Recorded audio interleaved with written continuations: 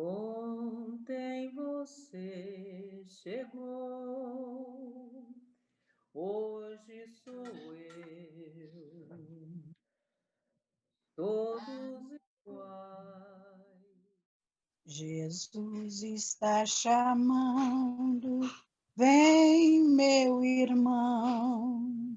O Pai te espera, vamos dar as mãos. Jesus está chamando, vem, meu irmão. O Pai te espera, vamos dar as mãos.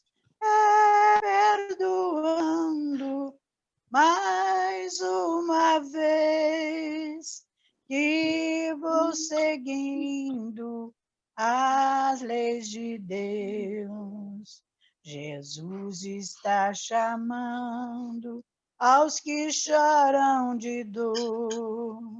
Seu jugo é brando e leve, seu jugo é o amor. Jesus está chamando aos que choram de dor. Seu jugo é brando e leve, seu jugo é o amor. Ontem você Pediria para a Conceição fazer a nossa oração inicial, pode ser? hoje sou eu, Deus Pai de amor e bondade, Jesus, Mestre querido, espiritualidade amiga da Casa do Divino Espírito Santo, aqui nos encontramos mais uma vez reunidos para mais uma noite de estudo, de confraternização, em torno da doutrina dos Espíritos. Rogamos, Mestre querido, a Tua presença entre nós, que a Tua luz possa nos iluminar, possa nos fortalecer, possa nos abençoar neste momento tão difícil em que passamos. Pedimos por todos os nossos irmãos que estão nos hospitais, que estão nas ruas. Pedimos que a Tua luz possa resplandecer em cada coração desta humanidade. E assim, Mestre querido, imensamente agradecidos por mais essa oportunidade, rogamos a Ti e aos Espíritos amigos que possam intuir os irmãos que irão fazer o estudo da noite de hoje. Que assim seja, graças a Deus. Graças a Deus. Seja, graças a Deus. Graças a Deus, meus irmãos. Bom, dando continuidade, né, ao capítulo 17, hoje a gente vai estudar o item 4, o item 5 e o item 6. A gente vai falar sobre as características, né, dos bons espíritas e, na sequência, a gente vai comentar sobre a parábola do semeador.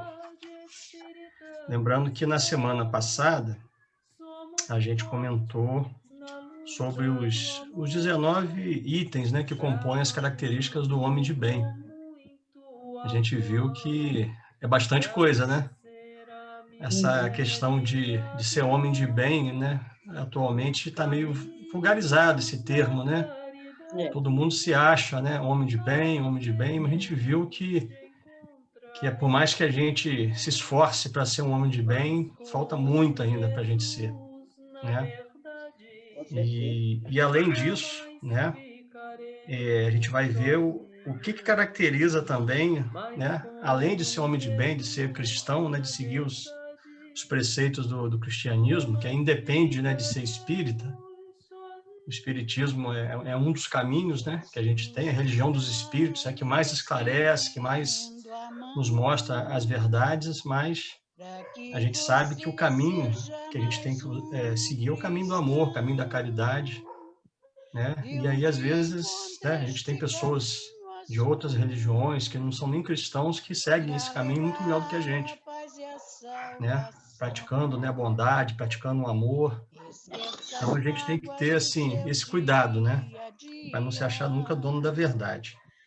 Então, inclusive uma coisa interessante que eu estava vendo aqui sobre o homem de bem é que como os assuntos, né, se relacionam, né? A gente leu, né? A gente viu, estudou aqui na segunda-feira passada esses 19 itens, né, do Evangelho, mas também no Livro dos Espíritos, tem um complemento disso, só para a gente lembrar um pouquinho, né, reforçar esse conceito aí do homem de bem, né, que é muito importante. Está lá no item, na pergunta 918 do Livro dos Espíritos, que fala das características do homem de bem. Olha só como é que a obra de Allan Kardec, um livro complementa o outro, né? E é sempre bom a gente tentar, na medida do possível, buscar esse estudo comparado, né? Visando a gente enriquecer um pouco mais, né, o estudo. Então, a pergunta 918 pergunta assim: por que sinais se pode reconhecer num homem o progresso real que deve elevar o seu espírito na hierarquia espiritual? Ou seja, né, quais são esses sinais, né? Aí vem aqui a resposta dos espíritos. O espírito prova a sua elevação quando todos os atos de sua vida corpórea representam a prática da lei de Deus e quando compreende antecipadamente a vida espiritual. Então, é a prática, né? É a prática, a reforma íntima e a gente entender, antever o que tem pela frente. Duas coisas bem difíceis, né? Um desafio para a gente, né? Tanto a nível de estudo, né? Da gente estudar, da gente conseguir, através, né, da doutrina, a gente conseguir vislumbrar isso, como também colocar em prática, né? Que às vezes a gente vai ver lá na parábola do semeador os tipos de solo, né? Onde as palavras de Jesus caem.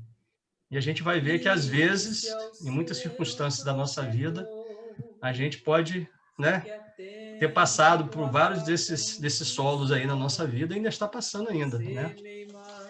Beleza. Então, para quem depois quiser ler, eu não vou ler aqui para não ficar extenso, né?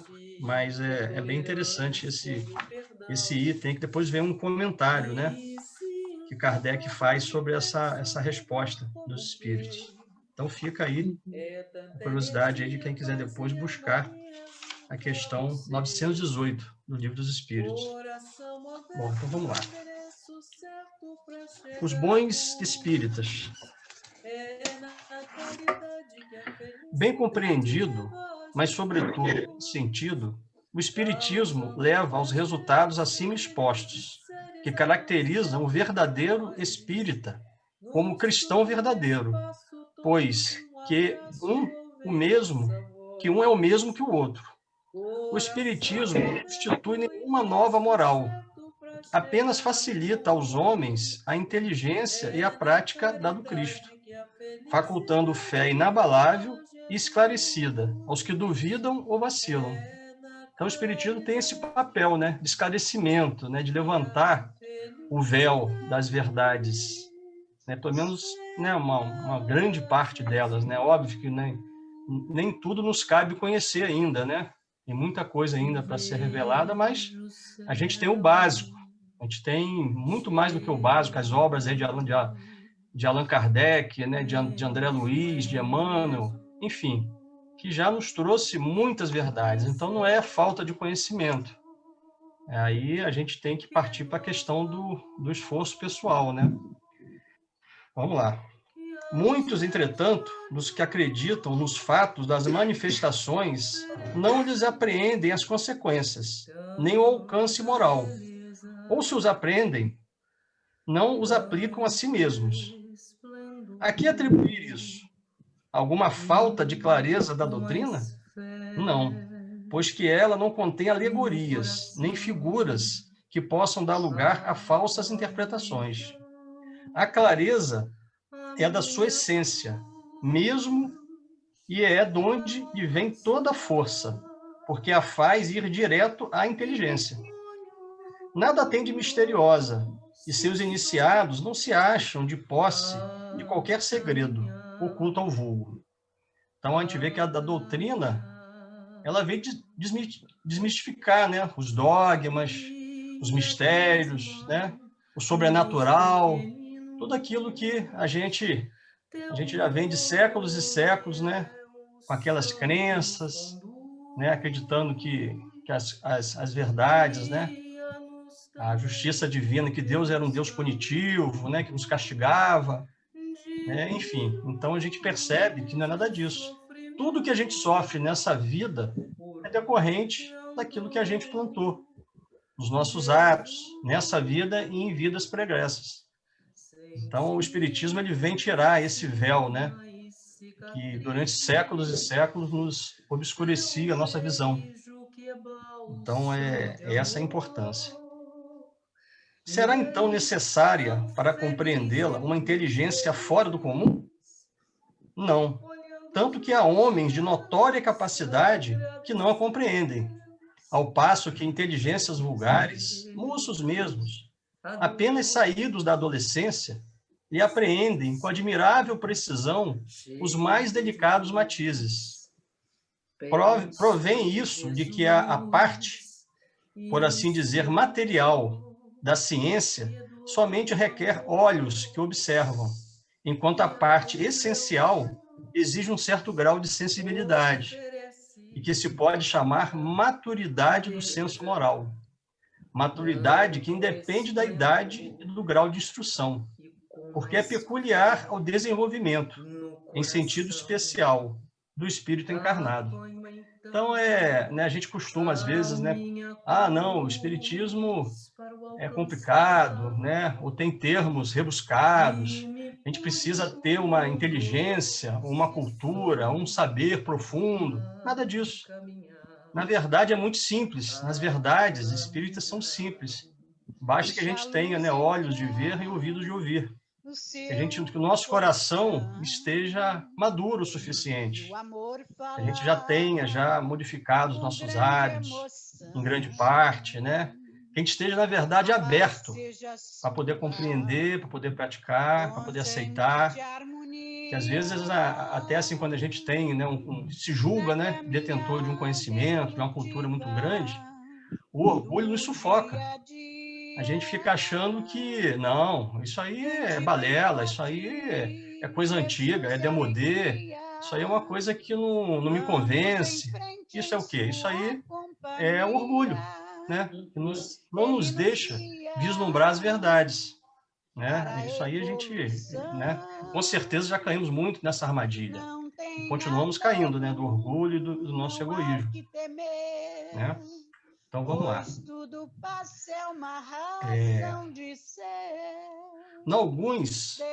Alguns ainda muito tenazes são os laços da matéria para permitirem que o espírito se desprenda das coisas da terra.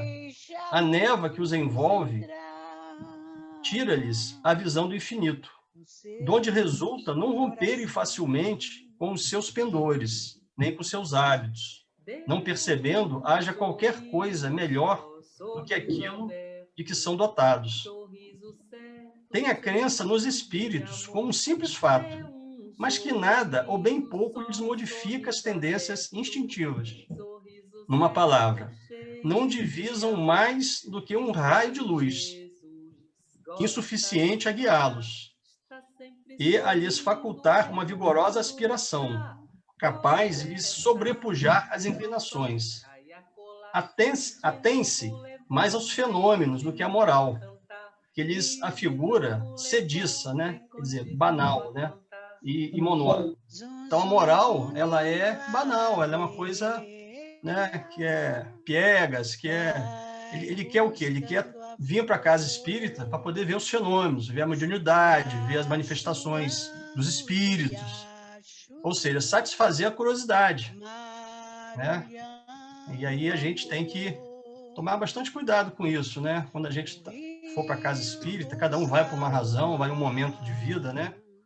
A maioria das pessoas vai pelo sofrimento, está passando dificuldades, vai para uma orientação. Mas tem gente que é até mais comum isso no passado, né?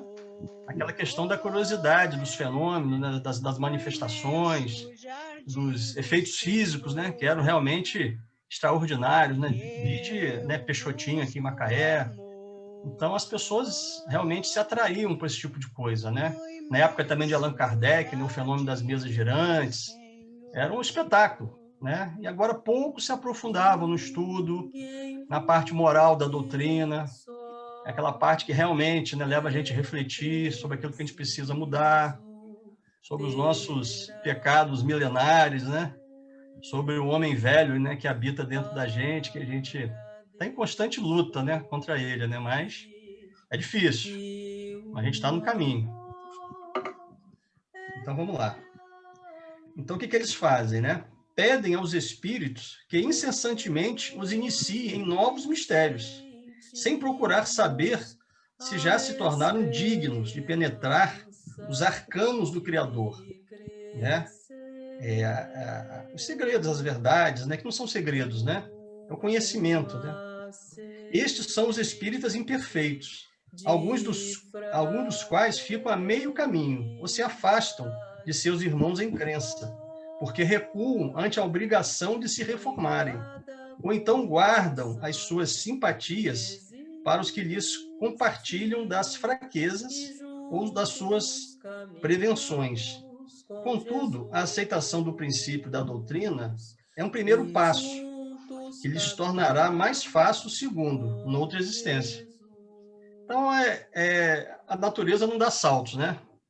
A gente vai, a cada encarnação que a gente tem aqui, a gente vai, né, passando por experiências difíceis. Aqui não tem ninguém que não passe por sofrimento, aqui nesse planeta, no atual momento evolutivo dele.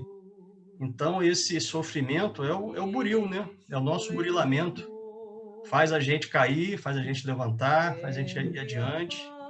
E graças a Deus, né, que nós temos a doutrina espírita para nos esclarecer, para nos consolar. A casa espírita, né, que é um grande farol que nós temos da nossa vida. E a gente tem que dar graças a Deus, né? Agradecer muitíssimo, né, por ter um divino Espírito Santo na nossa vida. Tantas pessoas que nos precederam, né, no seu erguimento dessa casa. Então, é muita gratidão que a gente tem por já ter achado já, principalmente nós aí que somos, eu digo que eu sou o trabalhador do último minuto, né? Nem da última hora, né? Já cheguei, já achei a casa tudo pronto, tudo já, né, prontinho, né? Só para poder, como diz aí do pessoal, só para rolar a bola, né? Mas a gente está aí, né? Cada um contribui com um pouquinho, né? A gente vai tocando aí aquilo que nos foi confiado aí. Bom, ou tentando pelo menos, né? Aquele que pode ser, com razão, qualificado de espírita verdadeiro e sincero, se acha em grau superior de adiantamento moral. O espírito que nele domina de modo mais completo a matéria, dá-lhe uma percepção mais clara do futuro. Os princípios da doutrina que fazem vibrar fibras que nos outros se conservam inertes. Em suma, é tocado no coração, pelo que inabalável se lhe torna a fé. Um é qual músico, que alguns acordes bastam para comover, ao passo que outro apenas ouve sons.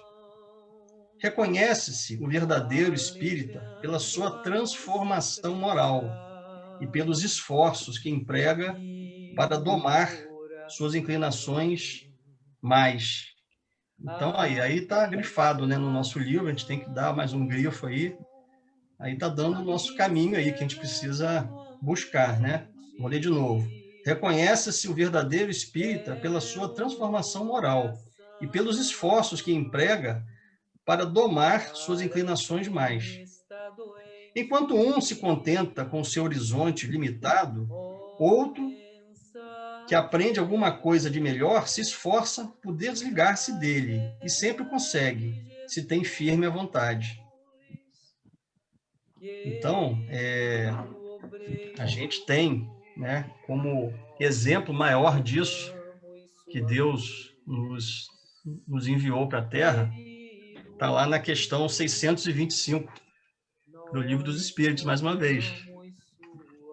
Né, fazendo aquele paralelo, quem que vocês acham que é esse exemplo maior? Todo mundo sabe, né?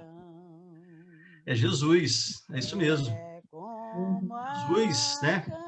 A 625 fala: qual é o tipo mais perfeito que Deus já ofereceu ao homem para lhe servir de guia e modelo? Só uma palavra: Jesus. Não tem, o Espírito não precisava falar mais nada. Claro, né? Claro e direto. Aí vem um comentário aqui que é interessante também. Ó. Para o homem, Jesus representa o tipo da perfeição moral que a humanidade pode aspirar na Terra. Deus nolo oferece como o mais perfeito modelo. E a doutrina que ensinou é a mais pura expressão de sua lei. Porque sendo Jesus o ser mais puro que já apareceu na Terra, o Espírito Divino o animava. Então, agora Jesus, né, a gente percebe assim, né, ainda está assim, para a gente, no nosso nível de imperfeição, de involução, de atraso, muito longe, né? E aí eu remeto, né, não obviamente querendo comparar, né, mas o ser que a gente viu aqui, né, contemporâneo nosso, né, que é Chico Xavier. Ele nos deu também belos exemplos, né, de verdadeiro espírita, em todas as suas características, né? Não só Chico, né? Chico dentro do espiritismo, a gente tem Madre Teresa de Calcutá, né? A gente tem Mahatma Gandhi, a gente tem o próprio Francisco de Assis, enfim. Então, Deus manda, né, de tempo em tempo, missionários para nos fortalecer a nossa fé, para ver que é possível, né? Que o ser humano vem aqui e encarnou como todos nós encarnamos, como homens, né? Com família, com filhos, com pai, com mãe, né? E teve que vencer tudo isso para poder cumprir a missão dele. Então, se eles conseguiram, obviamente que são seres, né, bem mais elevados, mas a gente também tem essa capacidade. Então, a gente tem que acreditar nisso, não se achar sempre, eu sou um coitadinho, eu nunca vou conseguir. A gente não pode ter esse tipo de pensamento. A gente não pode se enganar, né? Achar que a gente já está o bambambam, que já está, né? Não, eu estou na casa espírita há 30 anos, então, como diz o outro, né? Eu estou salvo. Não existe esse tipo de salvação, né? Mas a gente precisa saber que a gente está em uma doutrina que nos esclarece, que nos dá o direcionamento, que nos dá o esclarecimento, e a gente está no caminho certo. Ok? A pergunta, né, Alexandre, ele fala: qual o tipo mais perfeito que Deus já ofereceu ao homem para lhe servir de guia e modelo? Ele não pergunta qual o espírita mais perfeito, né? E aí a gente viu assim, para nós da doutrina espírita, né? E aí falando assim da gente, é lógico que conhecem tantos outros, né? Exemplos que tem dentro da doutrina, mas Chico Xavier é um exemplo para a gente, né? Então, mas exemplo de perfeição, né? O tipo mais perfeito, a própria doutrina espírita, através do Livro dos Espíritos, nos diz que é Jesus. Então, é um caminho, né? Então, ser espírita não quer dizer que a gente é perfeito, a não ser que a gente siga exatamente o que o livro falou ali, né? É um caminho, é uma trilha para a gente seguir, né? Então, a doutrina nos dá isso, né? E a gente vai nesse caminho. Não significa que a gente ser espírita é a gente ser perfeito, de forma alguma, né? A gente busca isso nos exemplos aí que Deus deu para a gente. Na verdade, não é garantia de nada, né? É garantia, na verdade, só de um caminho, realmente, né? Que nos conduzirá à nossa elevação, né? Algum dia, a nossa perfeição. Mas, diante de muito trabalho, muita renúncia, muito autoconhecimento, é uma coisa que nos falta, né? Buscar esse autoconhecimento. A gente, né, como fala também no próprio livro, né, dos Espíritos, não me lembro agora qual item, né, mas eu vi que fala sobre Santo Agostinho, né? Santo Agostinho dá sempre aquela receita dele, né? Da gente buscar diariamente, a gente, antes de dormir, a gente viu o que a gente fez naquele dia, né? Identificar o que a gente fez de certo, o que a gente fez de errado, para o quê? Buscar a nossa reparação logo, assim que possível, né? Se reconciliar com quem a gente ofendeu, né? Repensar os nossos atos. Então, o caminho, né? São vários exemplos, né, que a gente recebe, né? Conhecimento, aquilo que não nos falta é vontade, né? É força de vontade, é determinação, é esforço para a gente se melhorar, a gente buscar a cada dia né, esse caminho aí, através também principalmente, né, da prática da caridade. Eu acho que esse é o principal caminho, né, que a caridade nada mais é do que o próprio amor, que resume, né, todos os conhecimentos, né, o amor em movimento. Quando a gente consegue colocar isso, independente se é muito fácil a gente amar quem a gente gosta, né, os nossos familiares, né, os nossos filhos, pais, irmãos, amigos, pessoas que pensam da mesma maneira que a gente, né? Aí você vai pensar assim, mas Jesus fala que para amar os nossos inimigos. Óbvio, né, que esse amor, né, é um amor muito diferente. Ainda não é um amor ainda que a gente vai amar um amigo, um parente e um inimigo da mesma forma.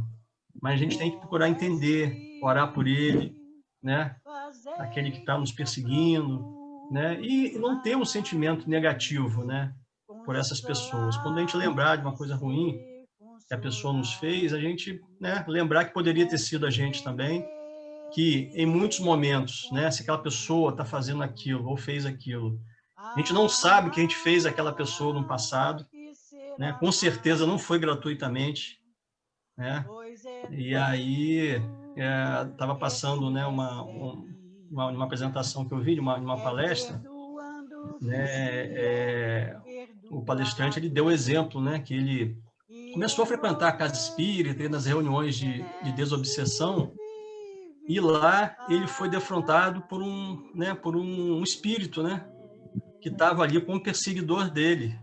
E ele, calma, meu irmão. Irmão nada, rapaz. Você não sabe o esforço que eu estou fazendo para estar aqui na sua presença.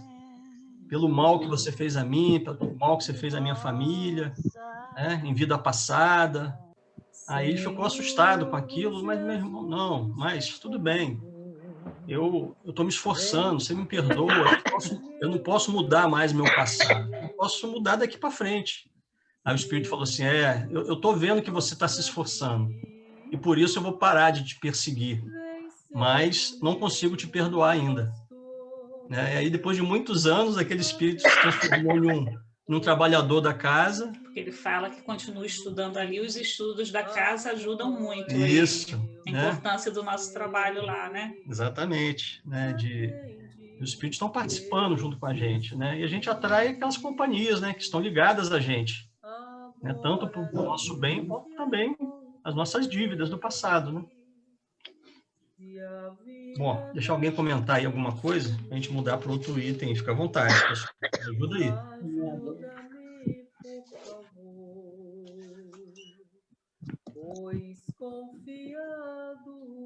Eu tenho uma espécie de pergunta para fazer em relação, mas não só em termos dos espíritos obsessores desencarnados, mas se nós, como encarnados, isso é mais para tentar ancorar, né? A gente já passou por essas leituras antes. A pessoa mesmo encarnada, se ela, mesmo inconscientemente, ela pode ficar obsediando a outra sem perceber que está obsediando, ou é sempre intencional? Quando encarnada. A gente já viu isso, né? Não estou bem lembrado agora, talvez Elcio aí, o Eduardo, Conceição possa me ajudar aí. Né? Não é comum, né? Não é uma coisa comum, obsessão espiritual, né? Você está falando uma coisa, né? Uma obsessão espiritual da pessoa, os dois encarnados. Não sei se ele em desdobramento, em sonho, ele pode provocar isso. Em que situação que isso possa acontecer, entendeu? Mas acho que só nessa situação, né? Não, Alexandre, na verdade não é a questão não é que a pessoa está encarnada, não tem uma atuação do espírito diretamente, mas você vê nos filmes, novelas, isso é muito comum. Tem um personagem que ele é obcecado pelo outro e ele faz qualquer coisa, né? Faz qualquer situação, aí provoca dramas, sequestra a pessoa. Tem uma série de casos, um monte de filmes e novelas que falam exatamente disso. Esse é um processo de obsessão, né? Que o outro lado às vezes se deixa levar, às vezes não se deixa, tem mais força. É um processo complicado de obsessão, né? Que às vezes demora você sair. E aí você vê que esses casos também, que a gente está vendo muitos aí assassinatos também das pessoas, porque a pessoa não aceita a separação, não aceita uma condição, o que acontece? Você vê que é um processo obsessivo, porque não é normal, né? Você está ali, aí por algum motivo realmente não deu certo, e quando você vai ver os motivos são extremamente fortes, não são coisas banais da vida. A pessoa já agrediu, já bateu, já foi na polícia e tal. Não é um motivo assim simples, eu vou separar porque eu vou separar, não. Você vai separar porque você está correndo o risco de morrer. E aí a pessoa, ela não percebe nem isso. E ela acha que o outro está sendo egoísta e por aí vai, só que ele fica naquele processo, em vez de procurar continuar a sua vida, né, ele tenta destruir a do outro. E aí causa um problema muito sério, né? Porque o maior objetivo dele, que é reaver aquele objeto amado, quando ele faz isso, ele perde totalmente e provavelmente ele vai ficar aí várias encarnações sem essa possibilidade. E outro espírito, muitas vezes, se souber compreender tudo aquilo, ele vai partir para o melhor sem maiores problemas. Agora, tem sim, viu? Não como a gente imagina, mas basta você ver filme, novela, que você vai ver. Então, toda vez que algum escritor ele quer trazer um impacto maior na cena, ele traz essa característica psicológica no personagem. Pode observar. Tá? Pode observar isso. Fisicamente, não sei se foi essa a pergunta do Helder, né? Eu entendi que era espiritualmente. Não, espiritualmente... não, mesmo, entre pessoas encarnadas. Ah, tá. Fisicamente, sim. A gente tem até nas obras mesmo, nos romances espíritos, né? Há 2000 anos, né? A gente vê aquelas tramas, né? Que aconteceram, né? Foi até aquela questão lá de há 2000 anos de Lívia Lentos, né? Que foi armado um flagrante com o marido dela. Aquilo tudo foi uma trama, né? Foi uma coisa que vem, né? De Cláudia Sabino, de encarnações passadas. A gente já viu isso, né? Eu estava entendendo que era alguma coisa espiritual, né? De espírito para espírito, né? Agora, materialmente, a gente realmente tem bastante coisa. E Alexandre, é bom você citar esse caso da esposa de Emmanuel, porque assim, depende da época, né? Naquela época, ela foi flagrada conversando com o Pôncio Pilatos, e isso não era bem visto, né? E aí deu uma falsa interpretação. Você vê, hoje em dia é uma coisa assim, muito difícil de acontecer. Porque hoje em dia as mulheres trabalham, participam de reuniões. Então, assim, é uma coisa que para a gente, quando a gente lê a história de Emmanuel, parece assim, até meio absurdo, né? Só que para a época é um pouco diferente.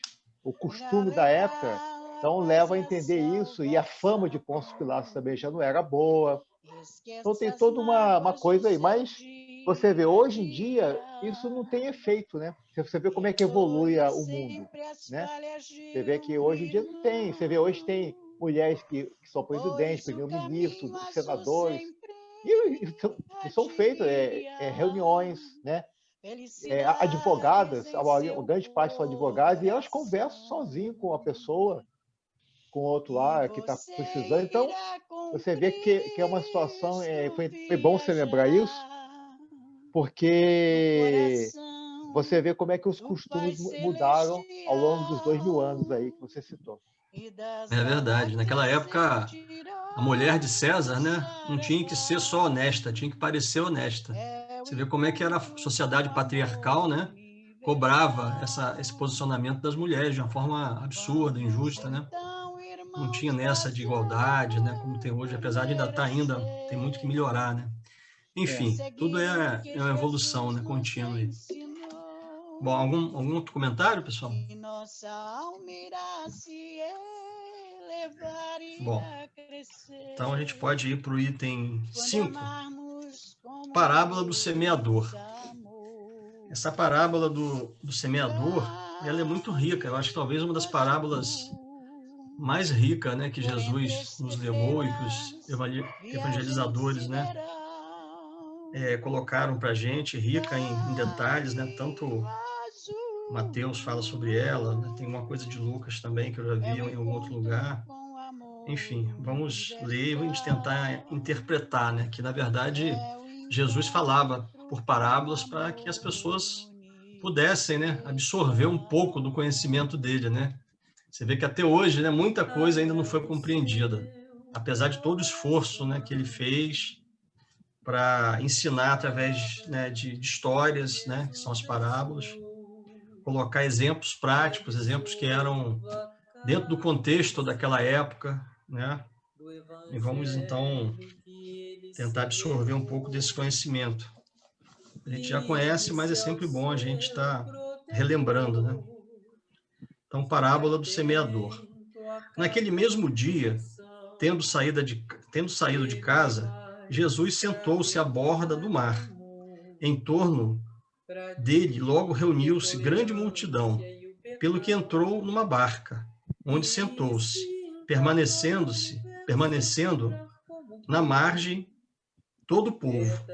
Disse então muitas coisas por parábolas, falando-lhe assim: aquele que semeia saiu a semear, e semeando, uma parte da semente caiu ao longo do caminho, e os pássaros do céu vieram e comeram.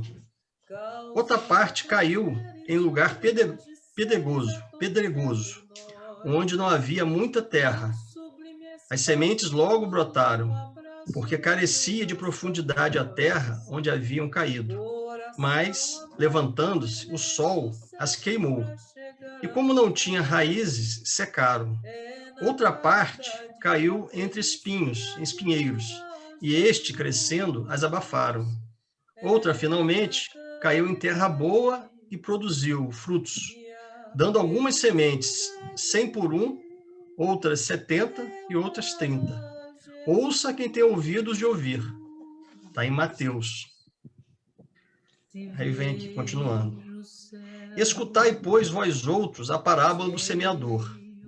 Quem quer que escuta a palavra do reino e não lhe dá atenção, vem o espírito maligno e tira o que lhe fora semeado no coração. Esse é o que recebeu a semente ao longo do caminho. Aquele que recebe a semente em meio das pedras é o que escuta a palavra e que as recebe com alegria no primeiro momento. Mas não tendo nele raízes, dura apenas algum tempo. Sobrevindo reveses e perseguições por causa da palavra, tira ele daí motivo de escândalo e de queda. Aquele que recebe a semente entre espinheiros é o que ouve a palavra, mas em quem, logo, os cuidados deste século e a ilusão das riquezas abafam aquela palavra e a tornam infrutífera. Aquele, porém, que recebe a semente em boa terra é o que escuta a palavra, que lhe presta atenção, e em quem ela produz frutos, dando 100, 70 ou 30 por 1. Você vê que interessante, né? Jesus aqui, ele não se contentou em contar a história, né? Ele contou a história e depois ele mesmo, para poder evitar qualquer falha de interpretação, ele mesmo elucidou, né, o que significa cada terreno desse, né, em nossa vida. Vamos terminar de ler aqui e aí a gente comenta. A parábola do semeador exprime perfeitamente os matizes existentes na maneira de serem utilizados os ensinos do Evangelho. Quantas pessoas há, com efeito, para as quais não passa ele de letra morta, e que, como a semente caída sobre pedregulhos, nenhum fruto dá. Então, a gente tem isso realmente, né? Tem pessoas que vai lá na casa espírita, vamos dar um exemplo nosso, né? Fica ali, escuta aquilo dali, né? Tá só de, como se diz, né? De corpo presente, mas aquilo entra em um ouvido e sai pelo outro. Não produz efeito nenhum, não toca o coração da pessoa, não emociona, pelo menos naquele momento ali. Então, é aquela terra realmente árida, né? É uma semente que foi jogada, né, sem a menor capacidade de frutificar, né? É isso que acontece. Aí vem a outra parte. Não menos justa a aplicação encontra ela nas diferentes categorias espíritas. Não se acham simbolizados nela os que apenas entram nos fenômenos materiais, e nenhuma consequência tiram deles, porque neles mais não veem do que fatos curiosos. Os que apenas se preocupam com o lado brilhante das comunicações dos espíritos, pelas quais só se interessam quando lhes satisfaçam a imaginação e que, depois de as terem ouvido, se conservam tão frios e indiferentes quanto eram. Os que reconhecem muito bons os conselhos e os admiram, para serem aplicados aos outros, e não a si próprios. Aqueles, finalmente, para os quais essas instruções são como a semente que cai em terra boa e dá frutos. Então, a gente percebe aí que existe todo, né, o tipo de semeadura, né, de colheita, né? Então, quando a gente está lá na casa, né, tem pessoas que se empolgam, né? Começa a frequentar a casa espírita, aí vai todo dia, participa de todas as reuniões, se oferece para os trabalhos, né? Se engaja em uma série de atividades, né? Sempre está disponível para ajudar, mas com o tempo a pessoa acaba esfriando, né? Ela perde, vamos dizer assim, perde a graça, né? Porque ela estava muito focada naquele deslumbramento inicial. Mas depois, né, porque o estudo da doutrina espírita demanda esforço, né? A pessoa tem que ir continuamente, tem que ter também a questão da mudança, da reforma íntima. Então, esse tipo de pessoa, e muitas vezes a gente está, né, nisso também, a gente alguns já passaram por isso, outros ainda estão. Enfim, a gente, em algum momento da nossa jornada, a gente passa por todas essas situações, né? Da gente buscar, da gente começar a fazer um estudo, fazer uma tarefa, assumir alguma coisa e depois largar de mão, né? Esse espinho que está simbolizado aqui são os espinhos da dificuldade, né? As dificuldades do dia a dia, a pressão que a gente tem das nossas tarefas, da vida material, né? Da família, muitas vezes do trabalho. Aí a gente começa a colocar o nosso plano reencarnatório, né? Os compromissos que a gente assumiu em segundo plano. Então, é aquela semente que nasce muito bonita, mas cresce ali no meio do pedregulho, no meio do espinheiro e se sufoca, né? Não tem raiz profunda, né? É um exemplo. E como também tem, né? Na medida que a gente vai evoluindo, a gente vai chegar em um ponto que a gente vai estar maduro moralmente para poder realmente entender as palavras, entender os ensinamentos que a doutrina nos traz e aquilo frutificar dentro da gente, né? E às vezes a gente até reclama, né? De um parente nosso, que a gente está indo lá na casa, mas está sendo incompreendido, né? Muita incompreensão de um marido, de uma esposa, que fica nos criticando, às vezes, por estar indo na casa espírita. E aí a gente fica desesperado, a gente queria, a todo modo, né, que ele mudasse de atitude, né, que ele seguisse a gente, que fizesse igual a gente faz. Mas, na verdade, não é assim, né? Cada pessoa é um terreno, né, que está em um momento específico de ser semeado, né? A palavra é igual para todo mundo tem as mesmas oportunidades, né, de receber a palavra, de conhecimento, de ir na casa espírita. A casa está lá aberta, né? A doutrina, os livros estão aí, agora você tem livro online, né? Você tem os acessos, né? A gente tem aqui o nosso estudo online, você nem sai de casa mais, olha que beleza, né? Então, aí a gente pegar esse conhecimento, né, que eu chamo de ciência, né? A gente tem a ciência, tem a informação, aí transformar esse conhecimento em atitude, em mudança de comportamento, né, que é o terreno fértil, né, que vai dar frutos, né, a 30, a 60 e a 100, aí vai depender de cada um de nós, daquele momento espiritual que a gente está passando, né, na nossa vida. Então, eu acho que esse é um dos motes, né, um dos chamamentos que essa parábola ali nos traz, né? Essa necessidade que a gente tem de estar atento, né, para poder a gente se reconhecer em que momento da nossa caminhada que a gente está, né? Se a gente está só indo pelo fenômeno, a gente só está querendo ir na casa espírita para poder desenvolver mediunidade, né? Ficar muito ligado naquela curiosidade, ou até buscar um contato com um ente querido, né? Tem gente que vai, frequenta as reuniões para poder fazer contato, né? Ter o consolo, né? De um ente, né? Um pai, um irmão, alguém que já desencarnou, e ele precisa muito ter aquele contato, né? Então, isso é uma coisa assim, né? Que ele precisa vencer isso, né? O objetivo da casa espírita é auxílio, né? É instrução, é caridade, mas às vezes as pessoas, né, se levam por esse tipo de sentimento, né? É humano isso, né? A gente não pode também condenar, mas é humano, a gente tem que vencer isso também, né? Buscar realmente a gente buscar a nossa modificação, a nossa reforma íntima, tá certo?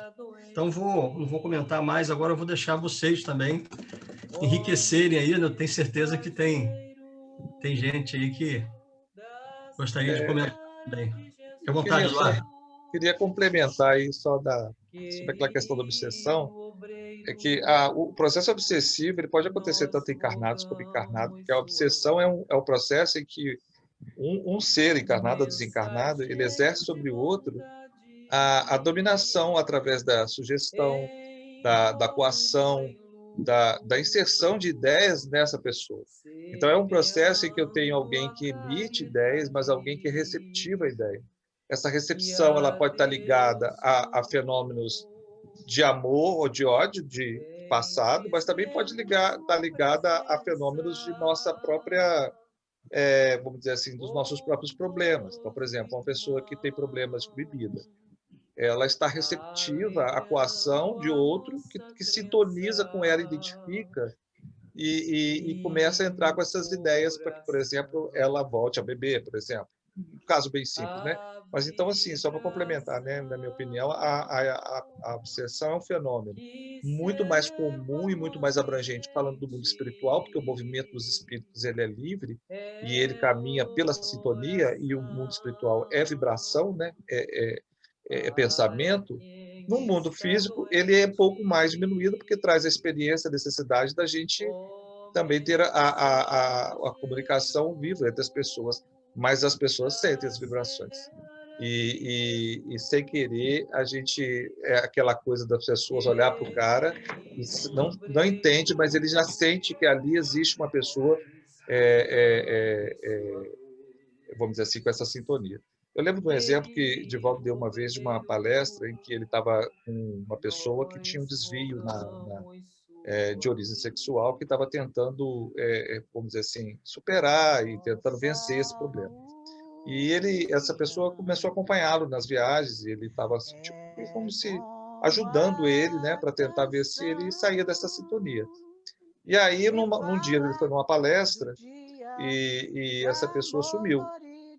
E o Divaldo disse que viu que nessa palestra, quando ele estava lá perto dele, ele olhou para a plateia, alguém na plateia olhou para ele e sintonizou na mesma vibração. E aí ele não conseguiu, vamos dizer assim, prosseguir. Ele abandonou o Divaldo porque ele não conseguiu ainda superar vamos dizer assim, um problema em desalinho que ele estava, né? Um sofrimento descontrolado. Então, assim, eu vejo que a sintonia, às vezes, por vários motivos, a pessoa, por carência, ela permite que se chegue pessoas e esse processo de obsessivo pode acontecer na vida real. Agora, no mundo espiritual, a gente tem que estar muito atento, porque para os vivos, às vezes, a gente até consegue não passar os pensamentos, mas para o mundo espiritual, a gente é bem transparente. Então, assim, os pensamentos nossos são livres, né? Eu posso me pintar aqui com uma pessoa muito bonitinha para todo mundo, mas para quem está do outro lado, me vê exatamente como eu sou, né? E aí as sintonias vão acontecer. É muito difícil, né? E está muito ligado, talvez, acho que você falou daí na parada, né?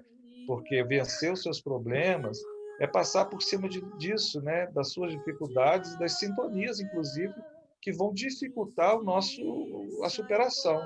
É muito difícil quando a gente tem um vício, quando a gente tem uma sequela, mesmo quando a gente consegue identificá-la dentro da nossa vida, que já é um avanço, do meu ponto de vista, que às vezes é muito difícil você enxergar que você tem um problema sério, mas vencê-lo, à medida que você consegue curá-lo e realmente você desconectar realmente e se tornar uma pessoa, então, vamos dizer assim, forte, como é hoje muitas questões que a gente olha na vida e diz assim, mas como é que a pessoa pode fazer aquilo? Porque, para mim, aquilo não é mais um problema. E eu já passei por um longo caminho, talvez nos sofrimentos, que hoje não lembro mais, mas que aí eu consegui superar e entender aquela dificuldade. E outros, talvez mais simples, que para os outros eu caio, e outras pessoas dirão, gente, mas ele já superou tanta coisa difícil, agora ele cai por essas questões mais simples.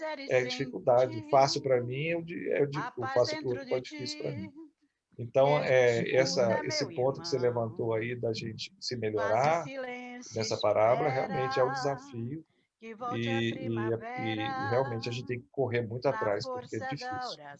Eu acho difícil. A vida é um exemplo para todos de problemas, mas temos as alegrias, né? Então, da mesma forma que Chico Xavier falava que em cima da casa dele ele via um monte de espírito aplaudindo, ajudando, a gente tem uma galera toda empenhada no nosso sucesso, que também vibra com coisas boas. Então, temos podemos falar assim, uma obsessão positiva também, né? De pessoas que nos querem o bem. E quantas pessoas na vida da gente a gente não tem, que nos dão conselho, que nos estendem a mão, nos ajudam, e no mundo espiritual também. Então, assim, é por isso que essas missões espirituais, né? E muitas pessoas encarnam em doação, para ajudar os outros, né? Chico Xavier, Nesse fala, né? Que veio, então, para ajudar as pessoas a conseguirem superar os seus problemas através de ensinamento, de exemplo, de palavra. É só isso que eu queria complementar. Isso aí, Eduardo, muito bom. Alguém mais quer contribuir? Sua tristeza esquece, sorria. Ivone, você está quietinha aí, Ivone. Seja o irmão sofrendo chuva e vento. Acho que eu assustei a Ivone, mas até fechou o vídeo aí. Mas tudo bem, pessoal. Alguém mais quer colocar alguma coisa? A gente ainda tem alguns minutinhos aí para a gente encerrar o estudo, né? Conceição. Imita a natureza. Tá. Não, eu estava me procurando aqui, eu tinha sumido. Eu só fico analisando isso até que Eduardo falou, essas mudanças, quando fala em mudança, quando fala da forma íntima, sabe? Eu fico muito analisando isso, porque é um desafio, realmente, como falou, é um desafio muito grande, ainda mais quando a gente vai começar a querer entender que mudanças são essas, né? Que encaixam nessa reforma íntima. Exatamente que mudanças são essas? São mudanças de hábitos, são mudanças de atitudes, são mudanças de pensamento, são vencer os vícios. Então, acaba assim, a gente não se localizar, tentar entender realmente o que é a reforma íntima, porque às vezes já aconteceu de eu quase desistir, sabe? Por achar assim, gente, eu estou tanto tempo ali, eu estou estudando e acho que a minha reforma íntima, como falam, ela é mínima, mas muito mínima, sabe? Então tem momentos que fica meio enjoado a gente ficar nisso, né? Comigo mesmo. Eu lembro que uma vez até eu cheguei a falar isso com o Valquíria ainda falou assim, não, você vai, não para não, você insiste, que aos poucos você vai vendo. E muitas coisas, algumas coisas você foi deixando de fazer, outras coisas você já foi se afastando, não é? Porque muitas vezes a gente quer que a coisa seja mais rápida, né? Só que a gente é muito, no caso, muito imperfeita para querer ter a coisa mais rápida. Então, essa reforma, ela é muito demorada. No meu caso, ela é muito demorada. Mas, ao mesmo tempo, a gente só percebe que é a persistência mesmo. Eu não sei, é isso que ele falou, são esses estudos, são, sabe, conversar, pedir ajuda a alguém, sabe, segura na minha mão, me carrega mesmo, porque é muito difícil. Acho muito difícil. E eu diria mais, Ivone, é difícil até enxergar que a gente tem que melhorar, porque o ser humano tende a fugir muito de encarar os seus defeitos, né? A psicologia, ela anda junto com o espiritismo, né? A psicologia fala assim, o ser humano tem que buscar as verdades, suas verdades, e essa verdade muitas vezes vai provocar em você a necessidade de mudança, E as pessoas acham que mudar, às vezes, é doloroso e é difícil.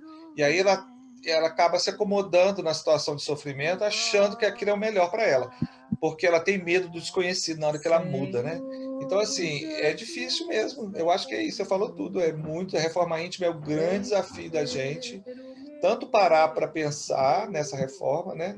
Olhar realmente para a gente com coragem, como a partir daí tentar fazer, e a gente vê que, às vezes, a gente acha que conseguiu, quando vai ver, não fez nada, né? E que é o que você falou, todos sentimos isso, às vezes, esse desânimo, e é difícil mesmo. Tem que acontecer naturalmente, né? Essa maturidade do senso moral é aos pouquinhos, é um processo natural. Agora, a gente não pode desistir. Como essas sementes que foram jogadas, se o nosso solo for desse tipo, a gente não chega a essa maturidade do senso moral, que a gente não tem paciência para esperar, que é demorado. Então, você tem que ter paciência e que ir tratando aquele solo, e regando e adubando, que um dia você se desperta numa atitude bacana, que você nem esperava que fosse. Como, às vezes, também a gente se pergunta, que atitude é essa minha, como um espírita, né? Eu não sou uma boa espírita tendo essa atitude, né? A gente se questiona várias vezes, em várias situações, porque realmente transformar é muito difícil. Modificar a atitude, modificar nossa vida, nosso pensamento, a nossa vibração dentro da nossa casa com os nossos parentes, nossos filhos, nossos amigos, que às vezes não aceitam situações, é muito difícil. Então, se o solo não tiver muito bem trabalhado nessas lições que Jesus foi jogando para quem pegasse, quem tivesse ouvido de ouvir, né, e pegasse como lição e amadurecesse aquilo, nós não conseguiríamos. Ele jogou, mas o nosso solo ainda estava infértil.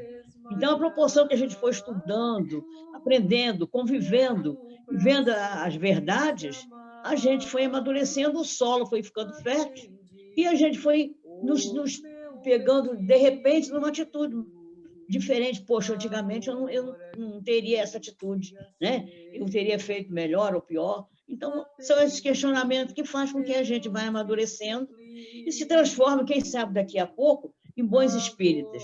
Por enquanto, nós somos espíritas, acho que mais ou menos, né? Mas nós estamos querendo ser bons espíritas. Então, quem sabe a gente vai conseguindo, né? Pegando essas sementes que foram semeadas. Por enquanto, o nosso solo ainda é muito desses daqui, dos primeiros, ainda não é esse solo fértil final aqui do parábola. Mas a gente vai trabalhando essa semente nesse solo e nós vamos conseguir chegar. Agora, é preciso desenvolver na gente esse outro valor que a gente também tem que trabalhar muito, a paciência, a persistência, né? Para que a gente possa entender. E, além de tudo, também, a inteligência, a sensibilidade de ouvir, de saber ouvir as pessoas que estão colocando verdade e colocar aquilo dentro do nosso sentimento. Porque a nossa crença ela tem que vir de dentro para fora. Você tem que sensibilizar com a doutrina espírita. Ela tem que nos tornar pessoas sensíveis, para depois a gente nos transformar. Porque só esse sentimento de amor, de sensibilidade, de humildade, é isso que transforma. E isso é difícil a gente realmente colocar no nosso dia a dia, muito rápido. Valquíria, às vezes eu me pego, né, pensando assim, né? As coisas erradas que a gente faz, as atitudes, né, que a gente se reconhece fazendo coisas assim tão atrasadas ainda. Eu penso assim, mas se eu não fosse espírita, eu acho que eu seria bem pior. Graças a Deus que eu sou espírita, que pelo menos eu tô reconhecendo, né, onde que eu estou errando, né? Eu sei que isso aí eu preciso dominar esse homem velho aí que fica, né, Alexandre, faz isso, faz aquilo, né? Você está errado. Eu acho que ser bom espírito não é ser espírito perfeito. Ser bom espírito é fazer isso que nós estamos tentando fazer, nos melhorar, entender, né? Nos unir, dividir conhecimento, dividir trabalho, dividir sentimento, dividir emoções, né? Dividir tudo que está plantado no nosso terreno. Isso deu a nossa semente, a gente dividiu com o outro. Aí a gente vai nos transformando em bons espíritos, primeiro, para depois a gente chegarmos a ser espírito perfeito, que é uma coisa que demora muito. Então, não adianta ter pressa, Ivone. É devagar. Tem que ter paciência. Né? Tem que amadurecer. Tem que trabalhar a semente, mudar de vaso, né? Botar no sol. Em Valquíria. Hã? Oi, Maria. Do momento que a gente reconhece os nossos erros, aí já fica mais fácil a transformação. Já é o caminho. Você reconhecer que você faz errado, aí você fica batendo cabeça, mas a hora que você reconhece, isso aqui eu tenho que mudar, eu tenho que transformar, eu não posso ficar desse jeito, eu estou prejudicando a mim e aos outros. Então, a gente chegar nessa consciência é uma bênção, porque aí a gente está dando um passo para frente. Com certeza, tem que andar sempre para frente. Né? Defeito nós vamos ter, é normal. Mas a gente vai trabalhando neles, né? Trabalhando para poder melhorar. Não é? Pode complementar. A gente, às vezes, quer mudar os outros. Mas a gente tem que mudar é a gente. O ambiente, quem faz é a gente, não é os outros. Não é? Se eu mudar, o meu ambiente vai ficar bem melhor.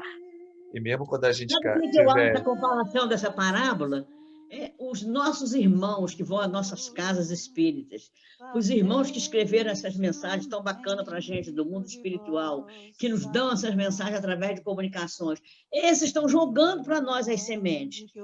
Nós estamos aqui absorvendo e estudando, trocando uns com os outros, todo mundo semeando.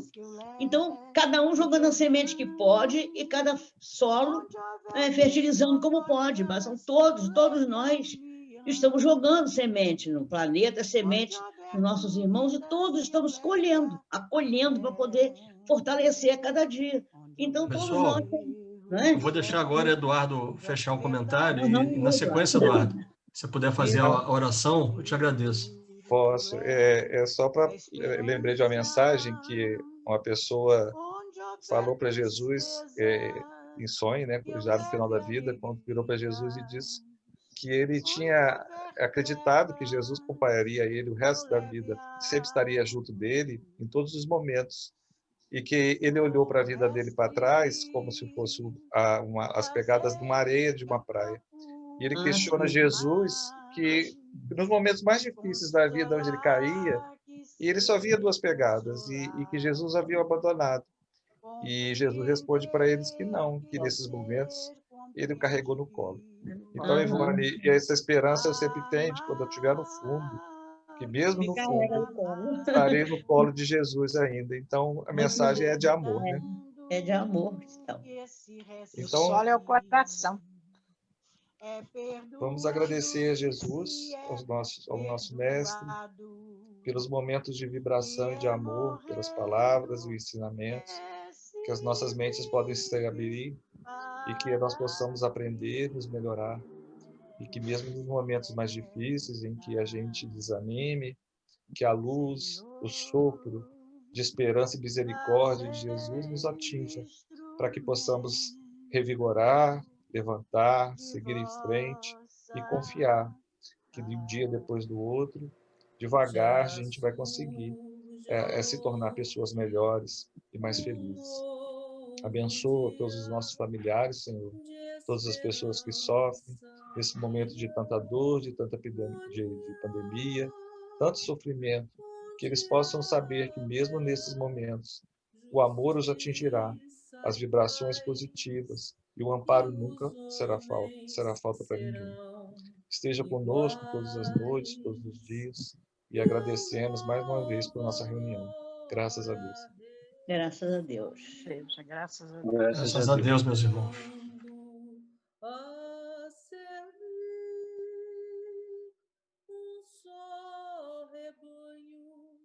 Um só pastor no reinado do amor.